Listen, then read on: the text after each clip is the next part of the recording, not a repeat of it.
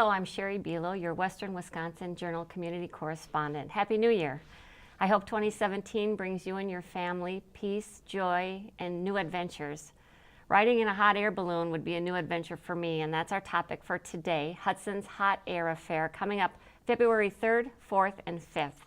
If you've never participated in this weekend of fun, you'll want to get it on your calendar. The highlight of the Hot Air Affair is, of course, the beautiful hot air balloons. If the weather is right, the skies are filled with them, and it's an amazing sight. They've flown right over my house before. I mean, like just a few feet above my rooftop. It's so cool. So I'm excited to have my guests share all you need to know so that you can fully experience Hudson's Hot Air Affair. I'd like to introduce the co-founder of the event, Carla Timmerman, along with Richard and Sharon Young, who are really Snow Queen and Royal Guard, very involved committee members. Thanks for being here today. Thank you. I understand that this will be the 28th year of this midwinter event, and Carla, you've been here from the beginning, is that correct? Yes. That's amazing. Can you explain for our viewers exactly what this event is and maybe a little history about the Hot Air Affair? Well, it's a family fun winter weekend. Years ago there was cabin fever days, and that had gone by the wayside, and then when a local balloon pilot was talking about bringing some friends into town to fly, we kind of took it from there, and the event started then. And as I was reading about the history, it looks like people come from all over. Yeah. Right? From different states as far as North and South Dakota, Iowa, Illinois, Nebraska. Yeah, the pilots are not just local. We have local pilots plus from, throughout the state of Wisconsin, Minnesota, and the states you've mentioned. We've had one from Canada, we've had them from New Mexico, one from Florida. So some of them come to experience winter ballooning. That's quite an experience, winter in Wisconsin. Yes. That's for sure. So this year has a theme, as does every year. Can you share what this year's theme is going to be? This year is Gone with the Winds. And I was asking you about what that meant, and you were telling me that it had to do with the weather. The winds is part of what we're kind of playing on. We've had other themes where when it was too cold, then we had a tropical theme. When it was too hot, we had a winter theme. Okay. So we sometimes play with what's happened years before. And the wind has been a little too strong past last year for sure, and so we're hoping by playing with it that they'll be kind to us and allow us to fly on Friday, Saturday, and Sunday this year. Awesome. But I was thinking of the movie too, Gone with the Wind. It's a great movie. So I know sometimes and that's people, part of it. We'll do that too. Okay, yeah, they can dress up in characters. I have too. hoop skirt. Okay, that's great. So I was looking up, I like to do a little research on hot air balloons, and I found out that the hot air balloons were invented in France in 1783. You knew that? Yes. What else do you know about the origin of this? The origin, they were used during the Civil War. They were used to go up and see where the enemy lines were and come back and report the movement on the field. So, so those were gas balloons, and smoke balloons were back at that time. I read too that the first passengers in a hot air balloon were not people, that they actually, a sheep, a duck, and a rooster. Yes. You knew that. I thought that was fascinating. And that the first manned balloon traveled over Paris for 5.5 miles. So I thought that was interesting. So there's just, they're fascinating. And like I said, I've never ridden in one. Okay. Have you been in one? I have. You all have? Yeah. And so can you just describe that experience for me, because I don't know if I ever will. I like to call it peaceful. Peaceful is a very good term because it is so tranquil when you're lifting into the sky and floating over the fields and forests. All you hear is really the burner going on. It's very quiet up there. Once you're up there, it's, What if you're afraid of heights? I'm afraid of heights. Okay.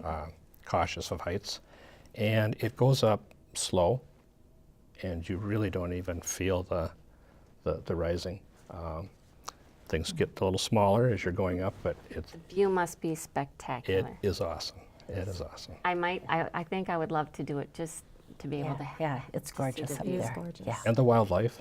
Wildlife, You know, the you can see deer, that. the eagles, the Mm-hmm. owls, the Neat. And even speaking to people down below. It's pretty fun. Neat.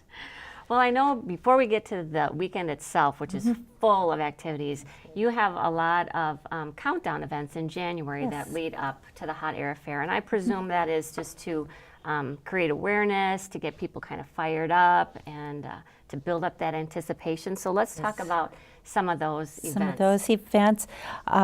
We'll be having the photo contest, so if you're out and about that weekend or the prior to, and you've got some great winter shots with ballooning, you know, go on our website or look for a brochure and it'll tell you how to submit your photos. We'll also be having a kids' breakfast at Dick's Bar and Grill. And then other pre-events will be at Family Fresh and County Market. Will also be, Hot Air Fair will be present this year at the Ice Castles in Stillwater on January 29th. I just heard about that happening on the radio, and that would be also an awesome thing to go and see. Yeah, I haven't gone over there yet to see, good but partnership. they've started it. Very good.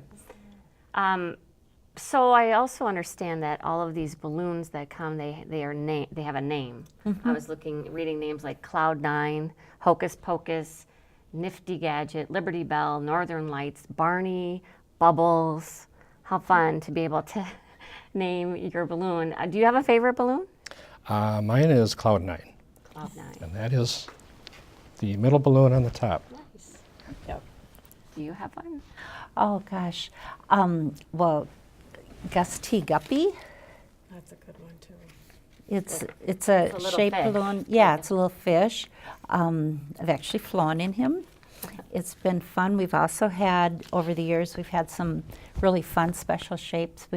I flew in the Carmen Miranda balloon one year, and that's the Chicky Boom with all the Yes. fruit on her hair. Yes. It was interesting having to deflate that balloon because each fruit had its own Velcro closure that you'd have to open, let the air out, and close back up again. So we've had lots of special shapes over the years. Is there a dinosaur? There's a dinosaur we had, from Sinclair was here, and we've had the Wally the fish. We've had the stagecoach. Just lots of fun ones. Let's just jump to what your role is as the Snow Queen and the Royal Guard. What do you do during Hot Air Fair? We do plenty of mingling at different events. You never know where we're going to show up, but definitely we will be at the Torchlight Parade in some form. Okay. Show me I love your little snowflake. I want one of those. Because it lights It has up. power that can make snow, so. Okay. And it lights up all different colors. I saw it earlier. Turned All right, so let's get to then the Hot Air Fair itself that weekend. There are things happening on Friday night, on Saturday, on Sunday, so let's just take these one at a time. What happens on Friday night? That's Friday February. night is the Torchlight Parade. And explain that. The torches are actually the burners on the balloon baskets. So they will go through the parade and light up the skies, and if it's a little nippy, warm them up. And it's just a short route, right? Just a very short route. 2.5 blocks. Everybody it can is. handle that, because it's going to be That's right. cold out, but everybody just bundles up and enjoys Enjoys the getting fire and- out. Yeah, the fire, and What then else is a part of that parade? fireworks afterwards, Okay. and no mosquitoes. But are there other people that are in the parade besides just the baskets and the There'll pilots? be other units in the parade too. There's always the marching Kazoo Band, because most of the bands locally, high school bands, don't have winter mouthpieces, so they can't play their instruments in the cold. So that's how we got started with- doing kazoos. That's the great. plastic- I'm sure people love it. Yeah, Yeah, it's fun. And do the smoosh boarders, are they in the parade? They can be. I saw a little video of that one time, Yes, and we'll yes. talk about what that is when we get to the day that's Saturday. on. Okay. So it's the Hot Air Affair Parade on and Friday night, and then on Saturday, what are some of the things that We happen? start with the balloon launch. And do they take off from? From EP EP Rock Rock. School, all the balloon launches take off from that location. And the first one Saturday is at 7:30 a.m. And the conditions have to be just? The conditions we have to have visibility, and we have to have wind, but not too much wind. Okay. So And then what else? What else goes on? then there's a 5K run, so registration's open for that. Just go to our website. Does that go along the river or? No, it does not. It goes up from Mount Zion Church, Yep. up around in the Hill District of Hudson. Okay. Is there going to be a pancake breakfast this year? Pancake breakfast downtown at the Masonic Lodge, yes. And what about the craft fair? I love that. Yes, inside EP Rock School, there's a craft sale that will be taking place on Saturday only, along with different church groups, Girl Scout groups and such will be supplying food items for purchase. Very nice. It also says that there's that geocaching, Yeah. right? Yep, Which I've never geocaching. done that, but Okay. we think the people that geocache know what they're doing, right? What they're Yes, doing. they yes. do. There's over thousands of geocache sites in the city of Hudson. So and people there's just go usually one up at the- hunting for hidden objects, Yep. but they find them on GPS coordinates, right? Right, yeah. It sounds fun. Yeah, You it know, is. if winter is going to be cold and long, let's find some things outside to do that are fun. Right. I love that Mhm. we have this in Hudson. There are activities for the kids. Yes, inside the school there'll be an art project for the kids to do, something they can make and take with them. There's different kids group that will do some performances in the school also. Is the Octagon House open? Octagon House is open for tours. That's great. That And I weekend. forgot to mention, I think this might be an event leading up to Hot Air Fair. Mm-hmm. Does the Phipps have a family day? Not this year. We're looking Okay. at doing something different with them, so Perfect. I have just remembered that details from last- finalized soon, so the website's your best place to go Got to it. get That's current Okay. current events. How about on Sunday? What do we have happening on Sunday Sunday, then? well, back up to Okay. Saturday. We're not doing There's more. Saturday. Okay. More on Saturday. There's an afternoon launch Okay. Saturday, and then there's the Taste of Hudson. That is one of the only events we have where there is an admission charge, and that profits from that go to a local nonprofit, the Operation Help Yes. this year. Yes. So, again, the website will have the ticket information, prices, and such. And then probably one of the most well-attended events of the whole weekend is Saturday night at 6:30 at EP Rock School is the Moon Glow or Field of Fire. And explain what that is. The moon glow, weather permitting, if it's too windy, they can't inflate. So what will happen, all the balloons will stay on the ground, and what they will do is, if we have light winds, the balloons will inflate. And then when they burn the burners, you'll see them glow like a Chinese lantern. Nice. If the wind is such that it's not safe for them to inflate, they'll come out, set their baskets and burners up, and then they'll burn. And And called that's the always fun to Field of see. Fire. Yeah, That's- Field of okay. Fire. Yep. Oh, I'm sure kids just love that. Yeah, yeah. Everybody. adults. And adults, everybody, yeah. And yes. adults alike, It yes. is a great family activity It to is. do. And you're able to go up and speak to all the pilots if you want to, too. Good, because I have a lot of questions about that. What do you have to do to become, a balloon pilot? I assume you need more than your driver's license. What does that entail? They need to do classroom training and, physical flight training, be able to do a solo balloon. They're actually licensed by the FAA. Okay. So they have the FAA standards that they have to fly by. And I assume this is a hobby for most pilots. For most, it is a hobby. We have mostly sport pilots. There are commercial pilots, the Remax pilots. That's what they do That's for their a job. living, is to promote Remax with the balloons. Very good. And I was thinking too, I would ask them how do they maneuver the balloon? I mean, how much control do they have of? They have control of how high or how low they are. Depending on how much gas. Yeah, how hot they are, and then different wind currents that they catch at different heights. So lots of times, the pilot one will launch, and then the others will kind of hang back and see which way that pilot's going, and then they'll decide if they're going to go high really fast and catch a wind, or if they're going to stay kind of low and get to it and hook maybe. And it's just, there's not a lot of steering going on. It's just where the winds take you. So when they land, to get picked up, there's a crew that There's comes. a chase vehicle that they're in contact with.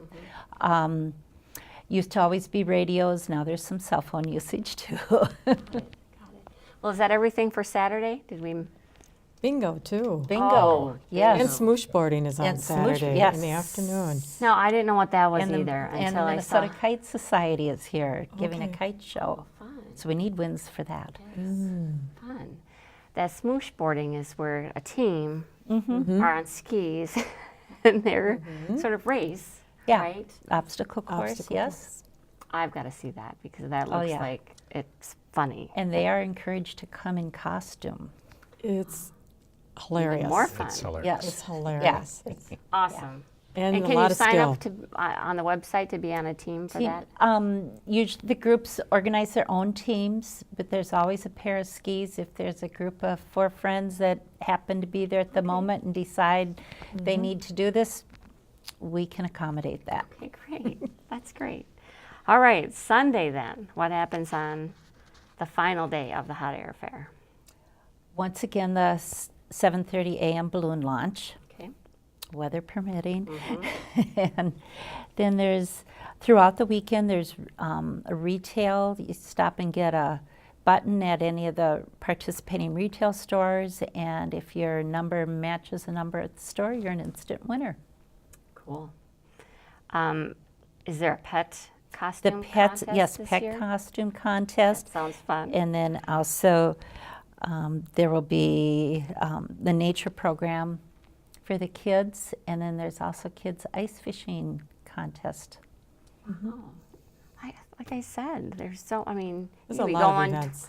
all day, all night, Right. all weekend. Yes. There's plenty to Everything do. is family Yeah, oriented. Some live music. live music, That'll be fun. Different places. different places Just gotta throughout check town. out. Yeah, Check out the brochure. Check out the website. Now you have a Facebook page as well, and also Facebook page, yes. and that is called Hudson Hot Air Affair, the Facebook Correct. page. How about your website? www.hudsonhotairaffair.com. I understand that it takes hundreds of volunteers to obviously make all of this happen.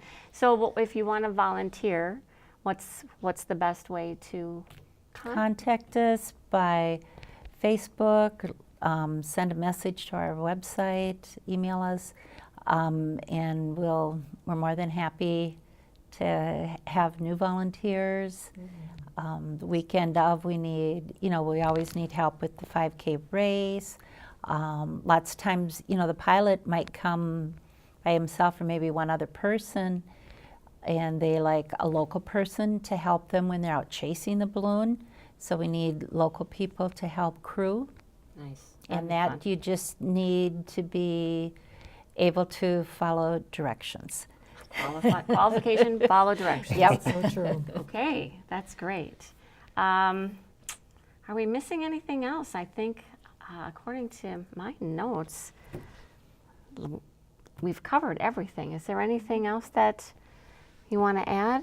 I would like to add the pilots, when you're in the air, when they're looking for a place to land, they're scoping out the landscape, and they look for certain things in the wintertime close to the highway, our road so that, you know, they don't have to drag the balloons so far Oh, back. that makes sense. Yeah, it's interesting to watch that. We were up one year and our pilot said he was going to land on the corner of the sidewalk in town, and he did.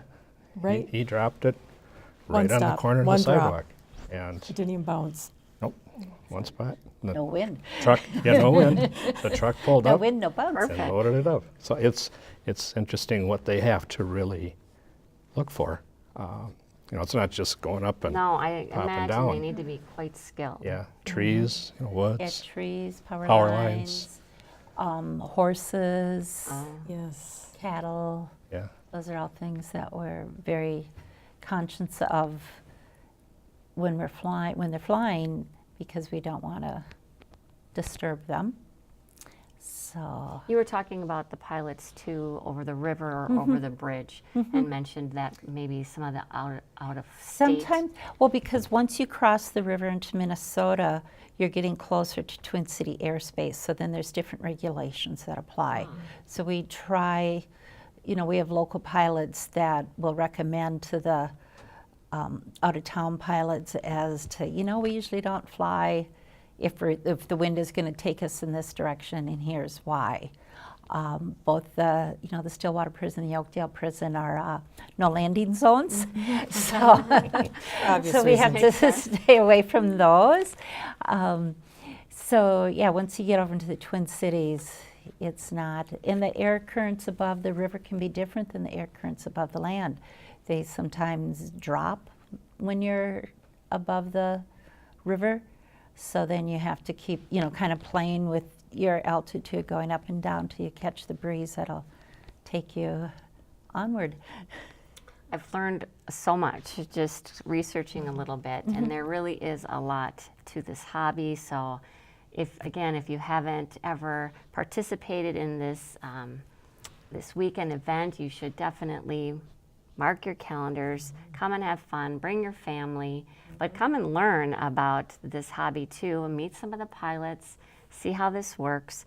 I was thinking right away of the song Up, Up and Away. Do you remember that song? yes. By the Fifth Convention, released in 1967. I was just singing it all the way.